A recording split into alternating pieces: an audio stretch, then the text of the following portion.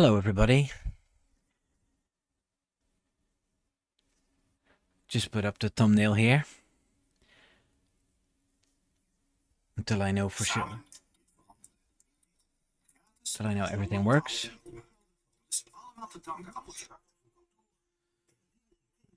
Okay.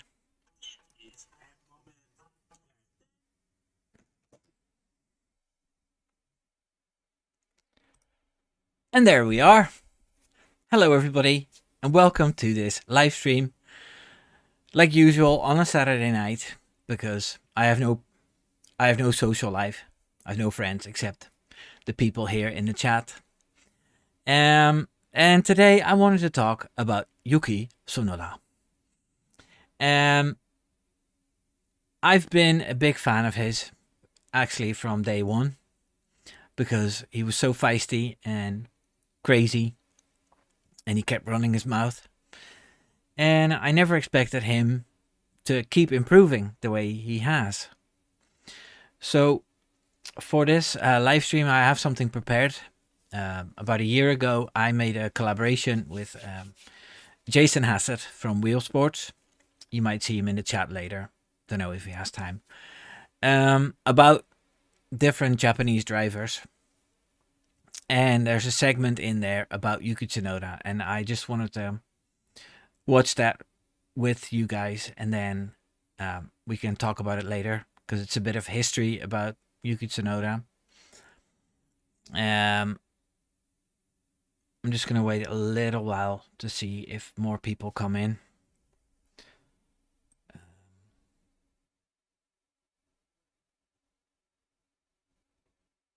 Because, yeah, I don't want to start it all and then having other people come in late and they'll be disappointed, you know? So did everybody enjoy the qualification today? Yuki Tsunoda was on it as well. I think he's going to have a great weekend. I think he's going to score points. I think in the predictions of the Jason or Wheel Sports community page predictions, I have Yuki MP 8 or 9. So it'll be good for him, you know, those points. Yeah. Let me see what I have prepared here. Japan has a rich history in motorsport between its teams, but also its drivers. And there are two drivers currently fighting to make themselves one of the most successful Japanese drivers in the history of Formula One. One of whom is Yuki Tsunoda and has become an impressive driver on the 2023 calendar, and the other is currently making waves in F2, and that is of course Ayumu Iwasa. These new talents are becoming the next chapter of what is already a rich tapestry of Japanese stories in racing history. Motor racing has been around since 1920 in Japan. A real racing fanatic called Gunji Fujimoto took the racing from horse tracks and car parks to a real racetrack. He built the Tamagawa Speedway just outside of Tokyo.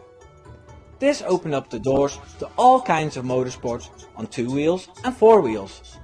Drifting was also very popular, hence the term Tokyo Drift. See, Japan produced a few great drivers in the I wasn't past very good at that even them, scored podiums. you know? Takumata Sato, Aguri Suzuki, and Kamai Kobayashi all scored. I was still reading from a teleprompter then. And I didn't have the new camera. I had an old, bad microphone.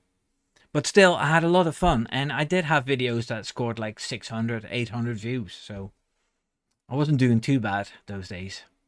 It's just nice to see how I've improved. Third places. Japan has big car brands too that participated in F1. Obviously Honda, who are back on the grid with Aston Martin in 2026, but also Yamaha and Subaru, but most famously Toyota, who spent billions to never even win a race. Red Bull Racing and Honda have a program together to grow motorsports in Japan even further, to ensure there's a new generation of Japanese drivers of the highest level of motorsports, including F1. One of the drivers that came out of that program is Yuki Tsunoda. He reached the pinnacle of motorsports driving for AlphaTauri.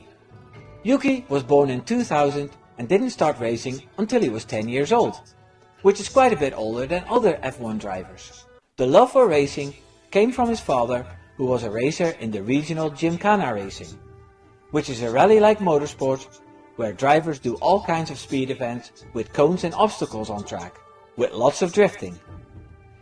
In 2010, Tsunoda made an impression in the junior kart series JAF. He did that for several years until he started racing in the Japanese F4 in the Suter Kiana racing team and won in 2016. In 2019 he joined the Honda Dream Project, which paved the way into F3, where Red Bull picked him up for their team, helped by the fact that Red Bull and Honda had a motor agreement together for both Red Bull F1 teams. Tsunoda scored 3 podiums that season, including a win. This was the step up to F2 he needed. He scored 7 podiums that season, including 2 wins. He also won the sprint event at Silverstone during the 70th anniversary GP. After that he was deemed good enough for F1, where he's team leader now after Pierre Gasly left, to be replaced with the Dutchman Nick de Vries. The first year was a struggle with some... Yeah, Nick de Vries has been sacked last year after 10 races and replaced by Daniel Ricciardo. This is probably more to do with Christian Horner has procured the advertising rights of the Red Bull sister team. And after that, that stupid name VCarb was made up. Visa Cash App became the big title sponsor. And they probably did that because Daniel Ricciardo was part of that team. And with him being so very popular all over the world, that was a better sell. But we'll talk about that later on. So I just interrupted it here because Nick de Vries has been sacked since that video was made. Stellar performances, but also some very poor ones. This is why he received help from Alex Albon, who was demoted from the Red Bull team to become reserve and sim driver for a season. He also worked on his short temper, as he's known to vent all his negative energy into huge foul-mouthed rants over the radio. This season, despite having a terrible car, he's been pretty impressive, scoring 2 points and finishing P11 3 times now. I hope this leads to more success, and it would also pave the way for his younger compatriot Iwasa, who drives in F2. Ayuma Iwasa.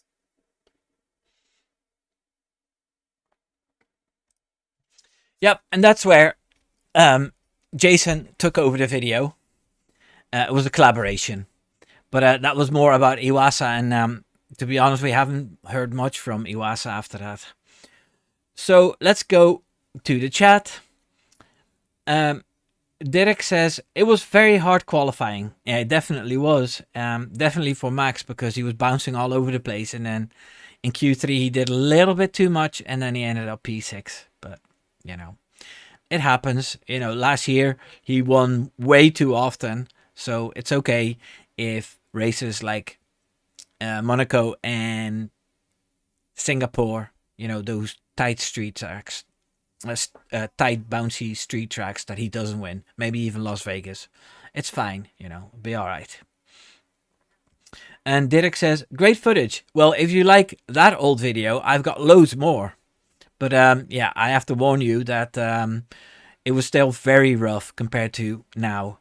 And I bet that if I watch my videos a year from now, the videos that I'm posting now, I'll probably say they're still that those videos are rough. You know, because I keep improving, and that's what I want anyway.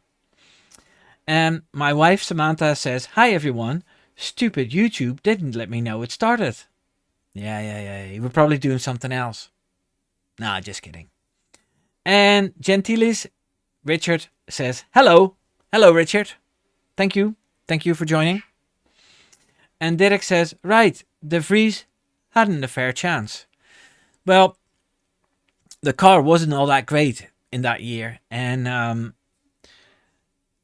Horner, you know, he was thinking about cash because he wants to be a billionaire, just like Toto Wolff. And he decided to dump Nick de Vries and put Ricciardo in that seat. And then Ricciardo, he broke his hand, and then Liam Lawson was brought in. But we'll talk about more about Liam Lawson as well later.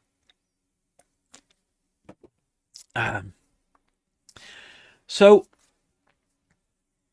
Tsunoda this week has said that he doesn't mind looking outside of Red Bull for the next seat, and people are making rumors about Aston Martin and Haas. Now, Aston Martin, I think that would be great, because Yuki Tsunoda has been helped by Honda, as you saw in the video I just showed. He's been guided by Honda all the time, and I think it's great for Honda to be the engine supplier of Aston Martin and have a Japanese driver there.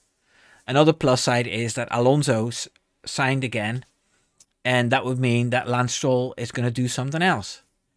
Because it's time for Lance Stroll to do something else.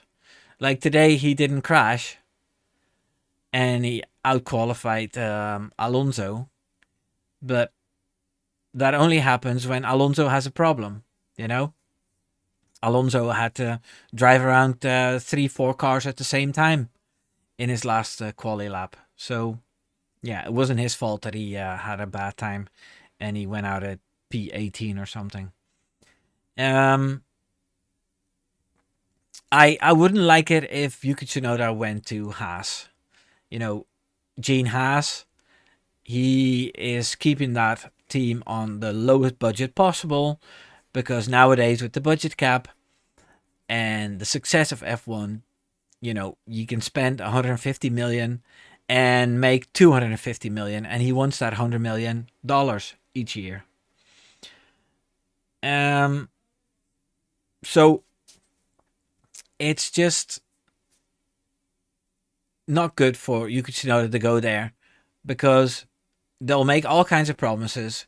They'll start off pretty okay in a season, when all the fresh upgrades for the new season are put on. And then towards the end of the season, they'll drop off again, and it'll be horrible to drive that car. I think that's what's going to happen this season as well. Haas is scoring points now. After the summer break, all the other teams will have upgrades, and I think even Stake F1 team will pass them, and they're running on an even smaller budget at the minute because they're waiting for Audi to take over. So yeah, guys, what do you think? If Red Bull, either of the teams, doesn't want Yuki Tsunoda, where should he go? We'll talk about it later. And Richard says, compared to someone like Sargent or Latifi, then yes, De Vries didn't get a fair chance. Well, that's true. Those guys had more than one full season to show what they're worth, and they showed that they weren't worth a lot, except for maybe the money they're bringing into the team from outside of the team, because that's still a thing as well, of course. And I saw a video from Rocket Powered Mohawk about Sargent and where that money came from his uncle, who fraudulently got a load of money from the defense, America's defense, and was in court all the time for lawsuits against him. And he probably put a lot of that money into the F1, into Williams F1 team as well. And before that, Latifi, I think he brought something like, same as Joe does for Stake, brings in 30 million to drive in an F1 car. So yeah, and De Vries brought nothing except his goodwill, and that wasn't enough. But anyway, this live stream is about Yuki Tsunoda, and the next thing that I want to point out is that I love seeing the trajectory, the road that he followed to become where he is now. A guy that scores consistent points and doesn't crash that often and doesn't get himself into trouble anymore. I'll practice that word later on, trajectory. because in the first season he had a couple of really good races. I think he even had a P4 finish at some point, or a couple of P8 finishes. But also, he didn't have his emotions in control. You know, he was always swearing and always angry, and it made him slower. Then during the Drive to Survive videos, we saw that he just I hate training, and he loves food, and that didn't keep him very fit. So he got that under control as well.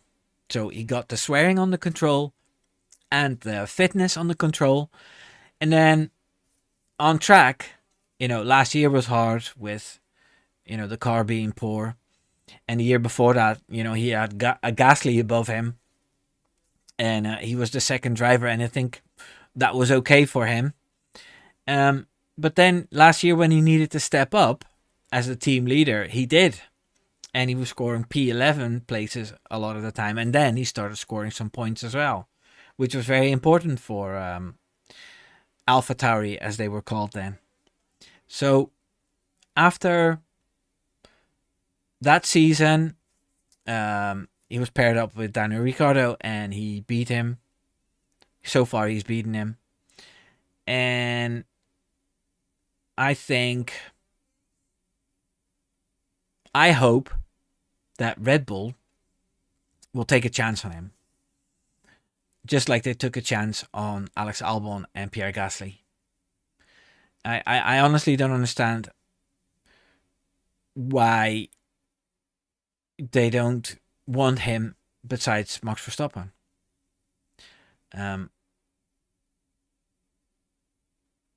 I think he's done more to prove that he can handle it than Pierre Gasly or Alex Albon did at the time. And he definitely is showing more than Daniel Ricciardo at the minute. So chat, you know, I don't think it's a very busy live stream today.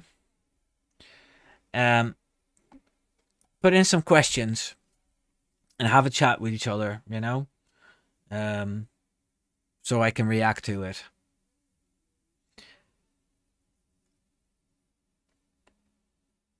So the lineup next year for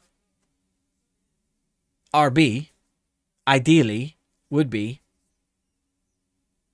Liam Lawson and Yuki Tsunoda.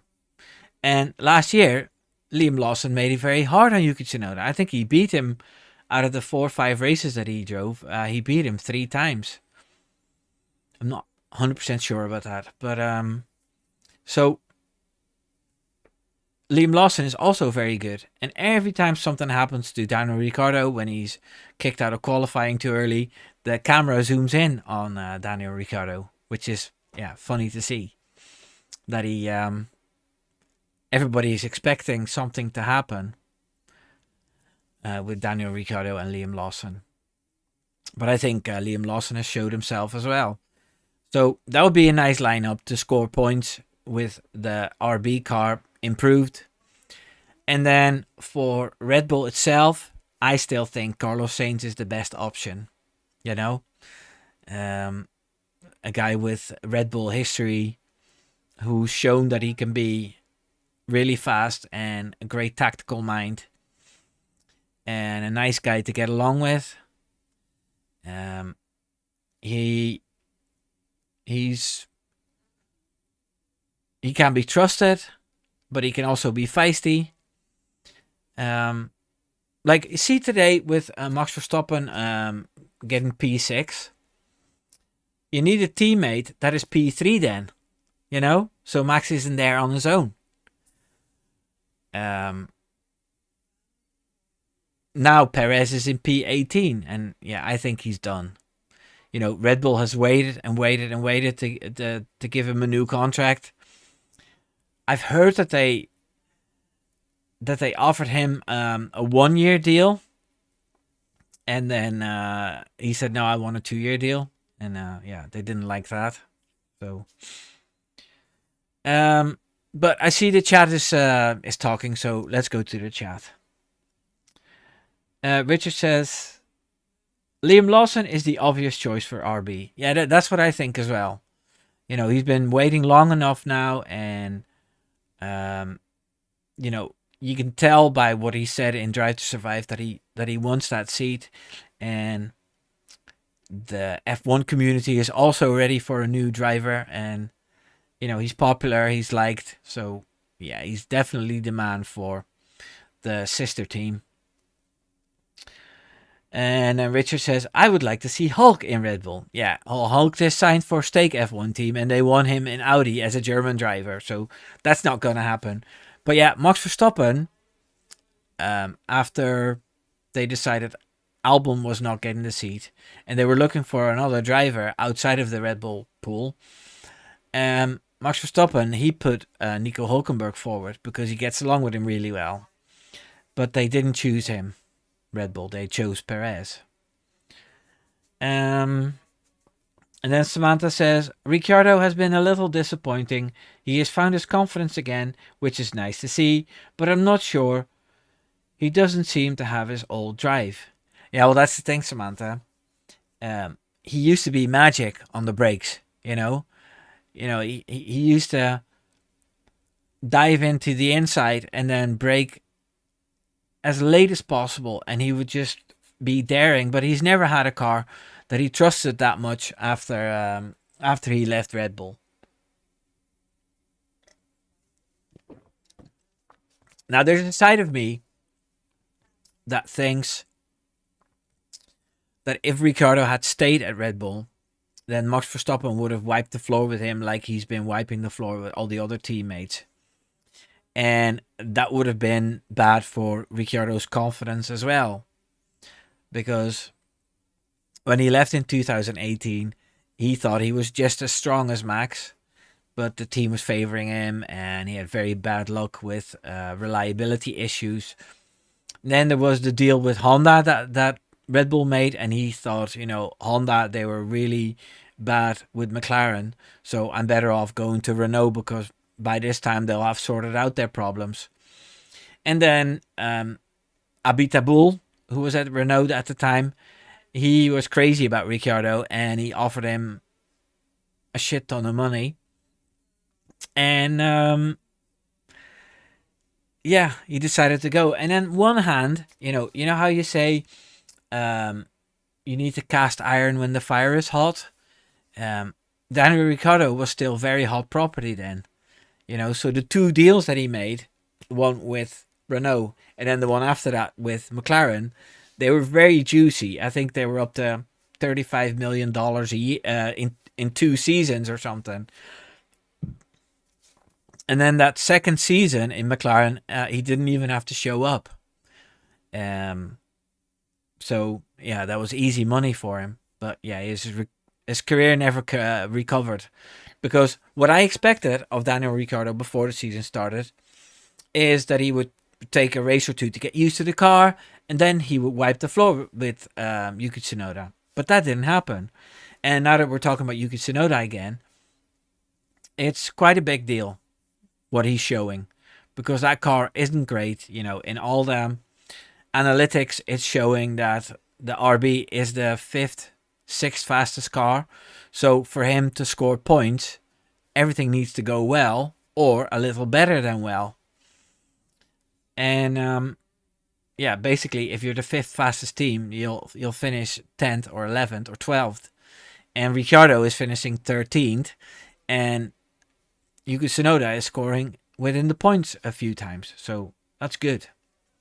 Let me see what the chat's saying now. Richard says, he's good mates with Max and would be the perfect teammate. Yeah, you're still talking about Hulkenberg. Yeah, well, Hulkenberg is sorted with Audi. And Richard says, yeah, it's a big what if. If Daniel Ricciardo stayed with Red Bull, where would he be now? Well, if Max Verstappen had wiped the floor with Daniel Ricciardo like he does with Perez and he did with Gasly and Albon, then the Daniel Ricciardo stock would be pretty low, and the deals that he made financially with Renault and McLaren, that wouldn't have been possible because, his career would have been destroyed. But yeah, other than just financial gain, it didn't gain him very much because the Renault car didn't suit him at first, and by the time it started suiting him, he signed a deal with McLaren, which made Cyril Abiteboul very, very sad because he felt betrayed, which is kind of ironic because Daniel Ricciardo kind of betrayed Red Bull with signing for Abiteboul because they were in a fight together over these stupid Renault engines. So, where was I with Yuki Tsunoda? Yeah, Yuki did a great job today in qualifying, and I think he's going to score points again tomorrow, which is amazing in Monaco.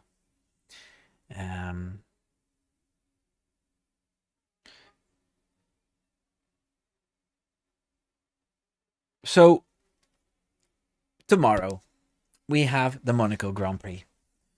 What are your expectations of it? I think tomorrow is the day that Leclerc has a simple start to finish win. He's just going to come off the line properly. There will be a safety car at some point, but he'll still be in front. There's not going to be any rain, as far as I know. So that's going to be fine. Max Verstappen and his strategy team, they'll probably fix something with an undercut or an overcut, or he'll stay out long and the safety car will suit him and he'll jump 2 places and he'll finish in P4. That's what I think.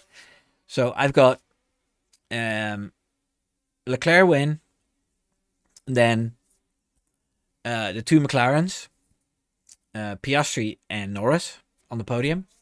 And then in P4, Max. I think P5, I have Sainz. And P6, Russell. P7, Hamilton. P8, I think I have Yuki. And P9, I have... Oh, I had Alonso in there as well. That's not going to happen. I have Alonso wrong. So I think P9 I have Yuki, and then in P10 I have Hulkenberg because I expected him to do better in quali. So that's my top 10. Richard says both Vettel and Ricciardo were unable to continue their good performances after leaving Red Bull. I wonder if there's a specific thing that Red Bull does to get the best out of the drivers. Well, it could also be the Adrian Newey cars, with the grip they have in the front, making that hard braking possible and then turning. I don't know. I'm not an expert in these driving issues. Because we did see when the Renault car was pushed more into that direction, Ricciardo could show more things, good things.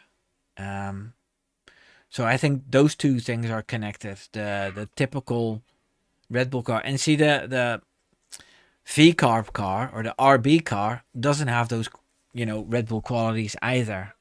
The Adrian Newey qualities. So that's why he's still struggling. But saying that, maybe Ricciardo should go into the Red Bull seat then. Like, at the minute, he can't do worse than Perez.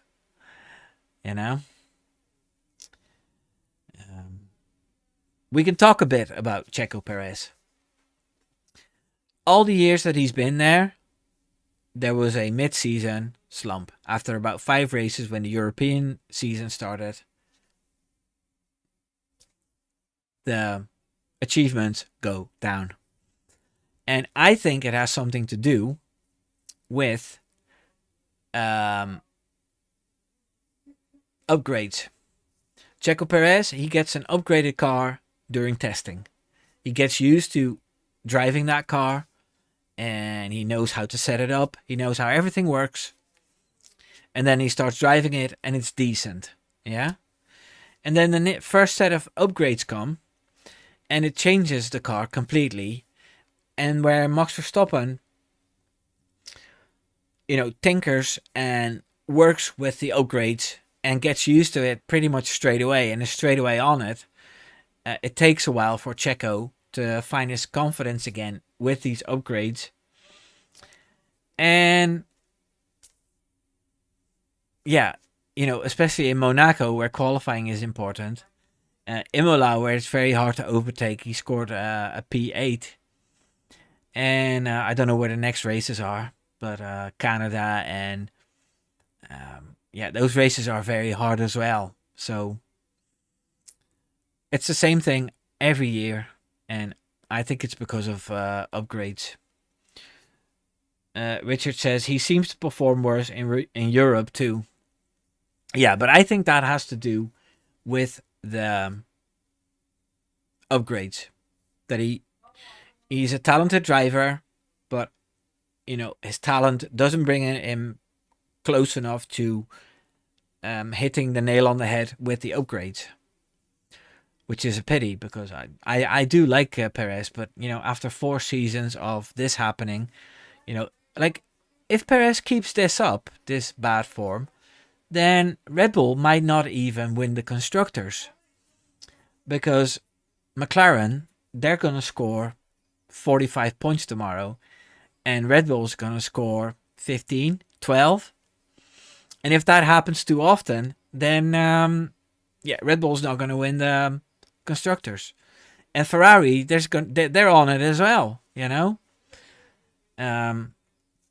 So yeah, that's just something that Red Bull needs to keep an eye on, and they need to put a better driver than Perez in the Red Bull seat. I do agree with them that they should wait to see what happens, because there's no point in signing somebody early and then seeing them slump, But Red Bull definitely needs to do something. Is there any more comments?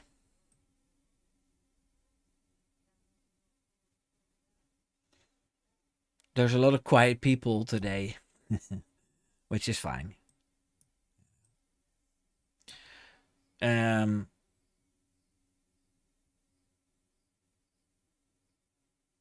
me see. Chat.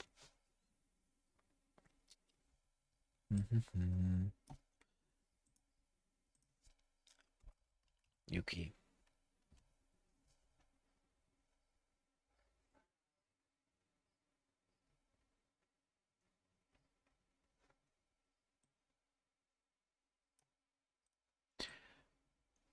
Yeah, Yuki's teammate, Peter Bayer, he's very happy with him. So it's a pity to see him go to another team then, if everybody's so happy with him. And Richard says, Checo could still play an important role tomorrow, staying out long and keeping up the other cars that have pitted. Yeah. Oh my god.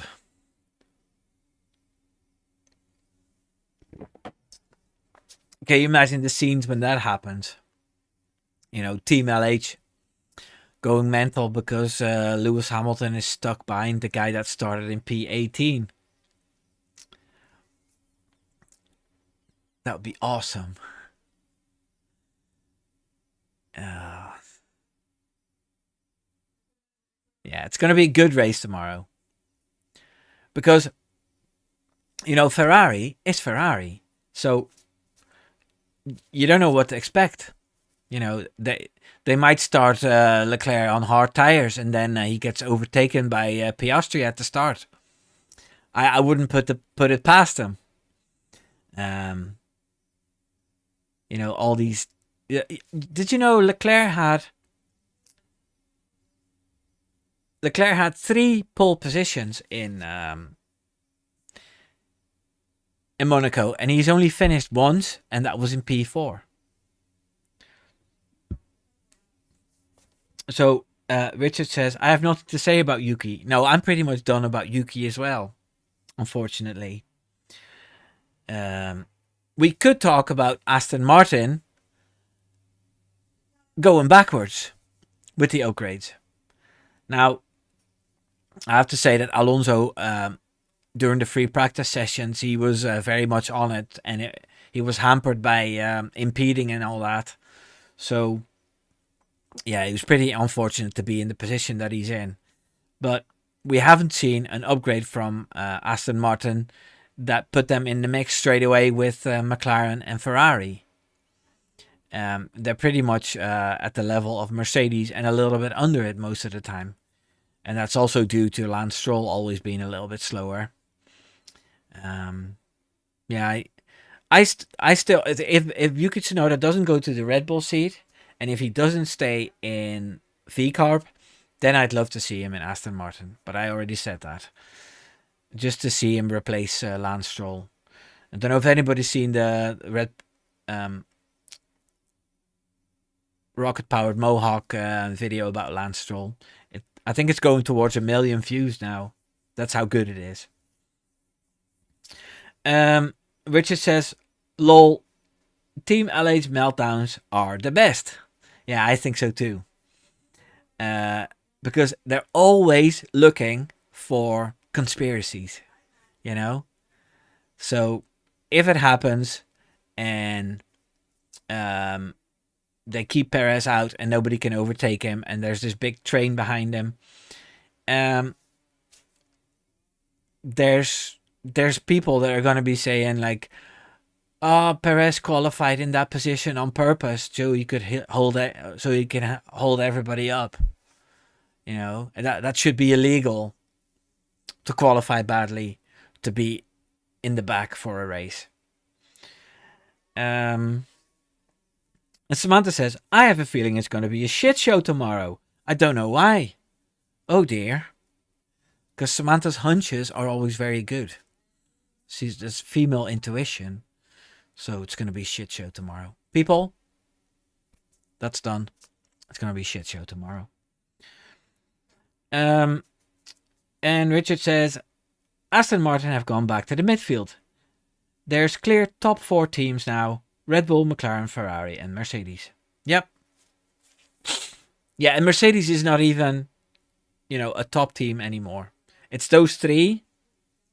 The papaya of McLaren, the red of Ferrari, and the blue, red and yellow of Red Bull. And those are the 3 top teams. And Richard says, I hope it will be like the 1996 race. Yeah, Josh Ravel had a video about that last week. About that race where only 3 people finished. And Samantha says, not always. So, people, it's a bit of a short live stream today, which is fine because I'm going to be watching June 2 with my son William. We saw part 1 a couple of weeks ago, and now we're going to watch part 2. So, yeah, I'm keeping it a nice and short little live stream, It doesn't have to be an hour all the time. Yeah, I want to thank everybody that joined. And for the people that have tuned in later, sorry you couldn't be here, but it's still an interesting little live stream, I think, even if you watch it a day later. And I hope you all have a great race tomorrow and a lovely Sunday. Take care now. Doei doei.